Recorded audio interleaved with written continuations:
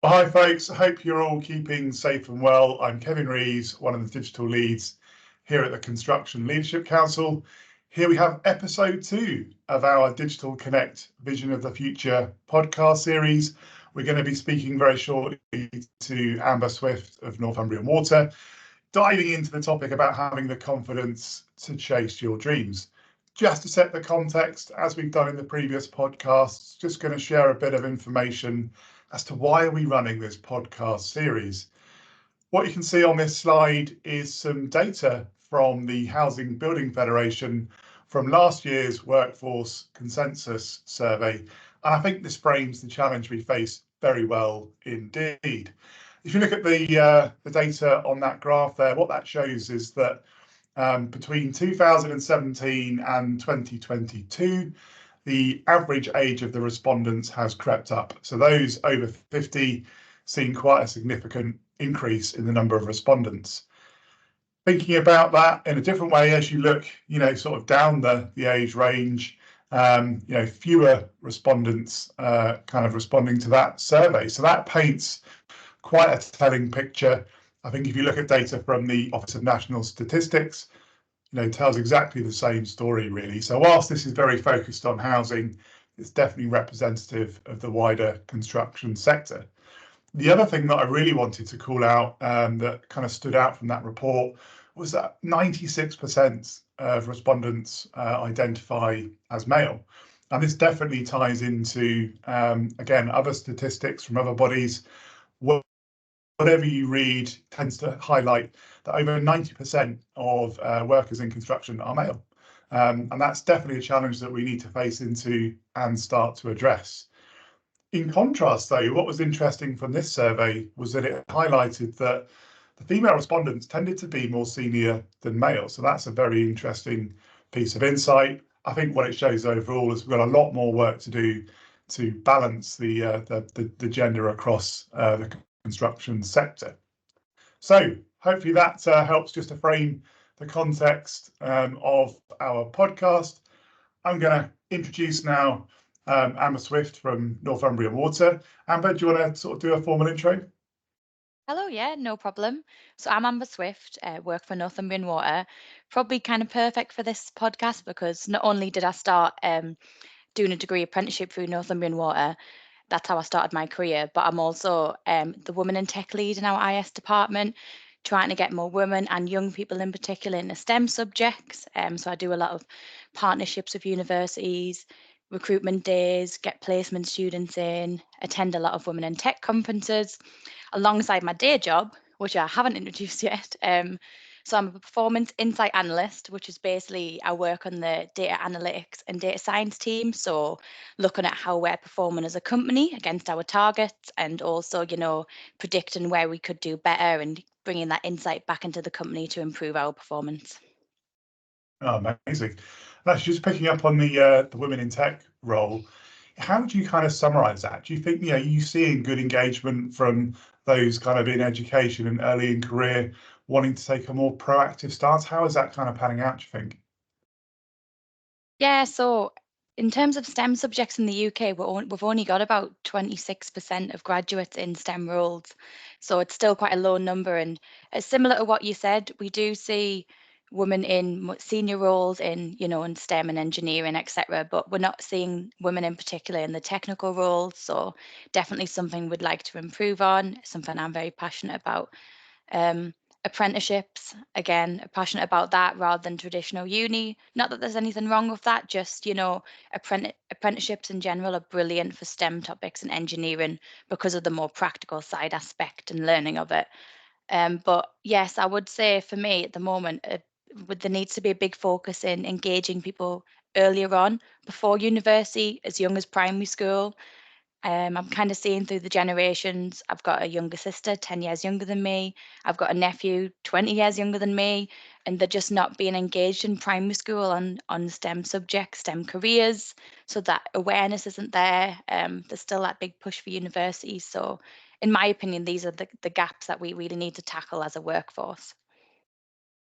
Yeah, I mean, you pointed out something that I'm, quite passionate about, actually. I agree with you. Can we get into kind of people's minds earlier in their educational journey, thinking about things like, Minecraft for education, teaching really young people about the water life cycle using gaming as an example.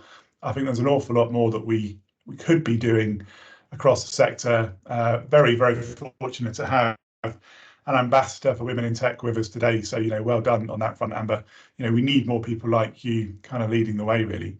I mean, you've picked up on that point about getting engaged early in the educational journey. I'm kind of interested, what was your journey into tech in the water sector? What did life look like for you?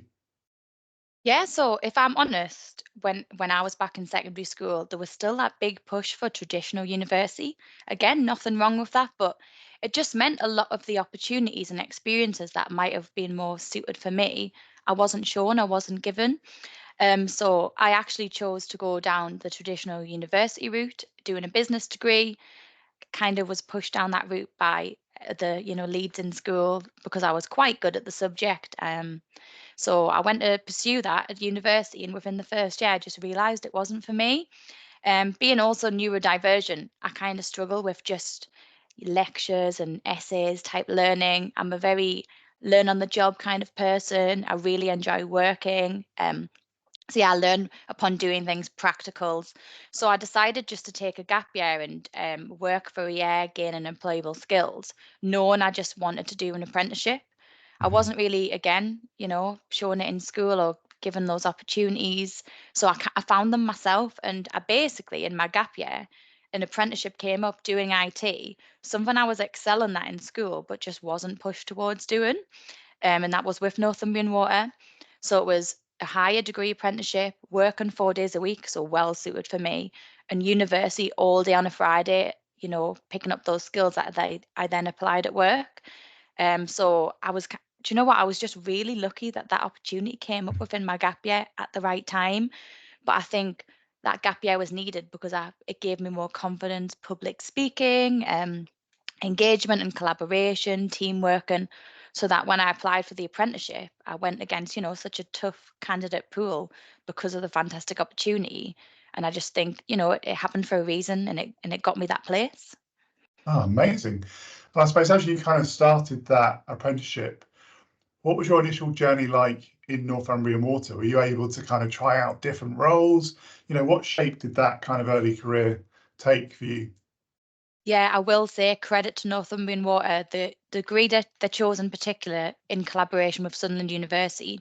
It was called Digital and Technology Solutions, which is basically all of the different roles in the software development lifecycle.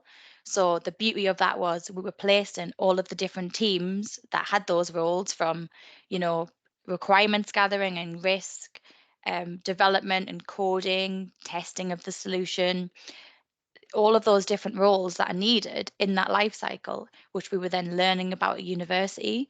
So there was 10 of us, got placed around the business, basically again in those module roles, and we all just found our place, and there were all different roles at the end of it. So, it worked for us. We were all different individuals, different hobbies, different skills, and at that university degree, and yeah, we all came out with different roles at the end.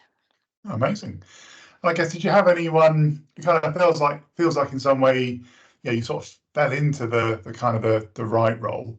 But I guess I'm interested, were there any sort of mentors or particular people that kind of guided you through that process to help you find your path? I mean, how did that kind of pan out for you? My mentors, I love saying this as a woman in STEM, were men, the ones who really pushed me to achieve, what I have so far. So one of my first data placements was in the customer area, basically in the call centers, creating dashboards and doing some data analysis. And I found that, I really enjoyed those skills. So I got in touch with basically the team I'm in now, manager at the time, saying I would like to do more of this because I was kind of just touching base in it in customer. And he brought me in on a placement there, and just gave me so many different opportunities. I told him I struggled with public speaking, and that was something that the team needed. We do the analytics and you create the insight from the data, but we need to communicate that back to the business well. And that was something we might have been lacking. So I knew it was something I needed to build on. And straight away, he was pushing me to, present at team meetings and then department meetings and then to directors, even though it was out of my comfort zone, to pick up those skills. And then basically anything that I said I really wanted to do to push those skills, so more coding in Python, he was putting me on the courses and he was giving me those opportunities. And yeah, he's called Mike Hull. He's actually moved on now, but honestly, one of the best managers I've ever had and such a good mentor for me early in my career. Amazing. Well, clearly had an impact, because when it coming to this discussion and past experiences of hearing you speak publicly, you do an amazing job now. So you wouldn't even know that that was a challenge for you a bit earlier on.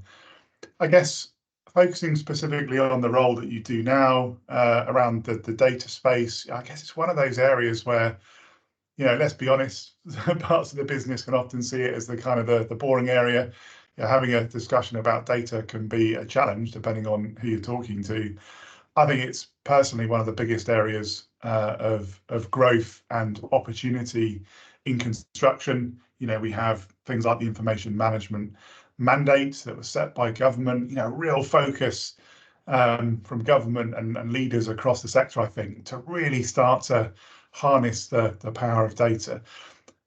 I mean, how's that kind of data journey evolved for you in Northumbrian Water? What are the kind of I don't know, the key successes that you would really call out in your journey so far? So definitely, again, the communication side. I appreciate the compliment, by the way, because I'm by no means perfect with the public speaking and presenting. But as you say, if you're just somebody on the outside looking in, data might seem daunting or a bit boring. But once you can story tell what the pieces of work that you've been doing and explain back the impact of the business, it's really going to get people's ears pricking up and wanting your services for their team. In particular, there was a project that we did before 2020, before COVID. We had an ambition as a company to eradicate water poverty. So that was making sure that everyone was comfortable paying their water bill. So I was involved in a small team, basically using our corporate data and also keys and TransUnion credit data to basically model and predict who in our customer base was struggling to pay their water bill, because people who are in debt, they don't like to talk to us about it. It can be quite embarrassing. You might not want to speak out about that if you're struggling.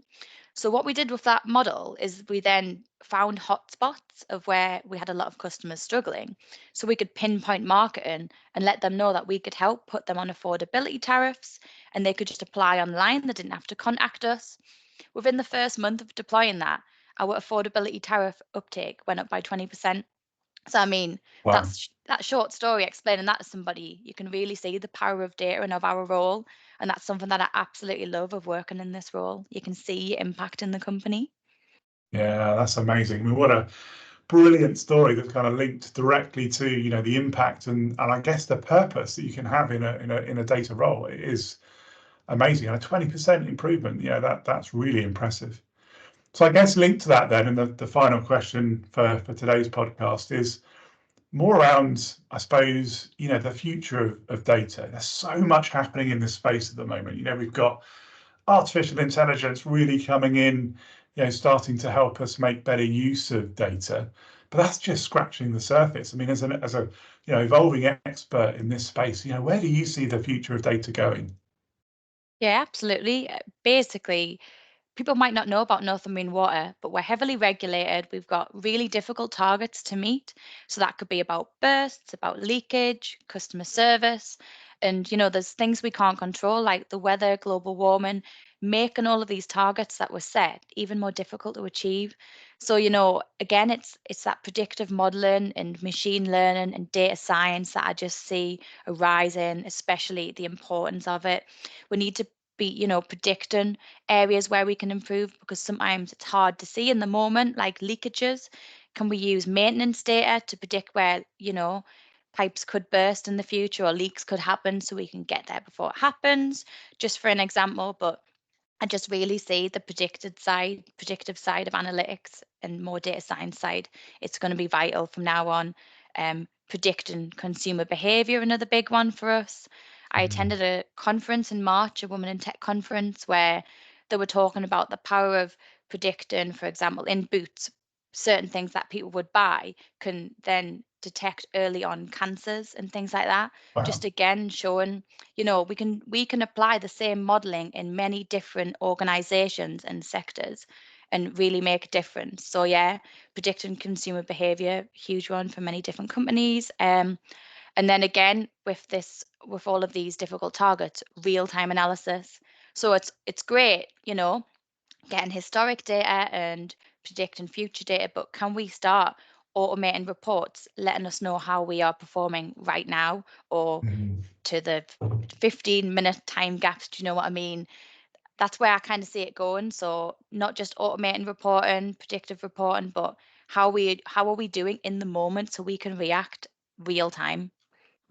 Yeah, wow. The point around learning from other sectors, I think that is so, so valuable. Other Yeah. sectors are in some cases ahead of us and we can learn from them. And I'm sure in other areas, they can learn from us too. I think there's a real value exchange in some of that cross-sector collaboration. I think that's going to be, as you say, absolutely key to success in the future. And I love the idea of the kind of predictive future. It's a thing I guess that everyone talks about, but I agree with you. Are we doing enough to really home in on where are we right now? And maybe actually that real-time view or near real-time view is one of the hardest bits to capture, right? That's going to be an interesting challenge for us to face into going forward. So Amber, that has been an amazing discussion, a huge amount of insight there that I'm absolutely no doubt our listeners will find valuable. All I can do is say thank you very much for your time today. Thank you very much indeed for your being an ambassador for women in technology. As I said before, we need more of that. And amazing to hear you working cross-sector and sharing ideas. So thank you very much indeed. No problem. Enjoyed it. All right, folks, that's it for today's podcast. We will be back very shortly for the next episode where we'll be starting to talk to some people early in career who've chosen the university path to give that balance of apprenticeship versus degree. So thank you very much for listening. Speak to you soon.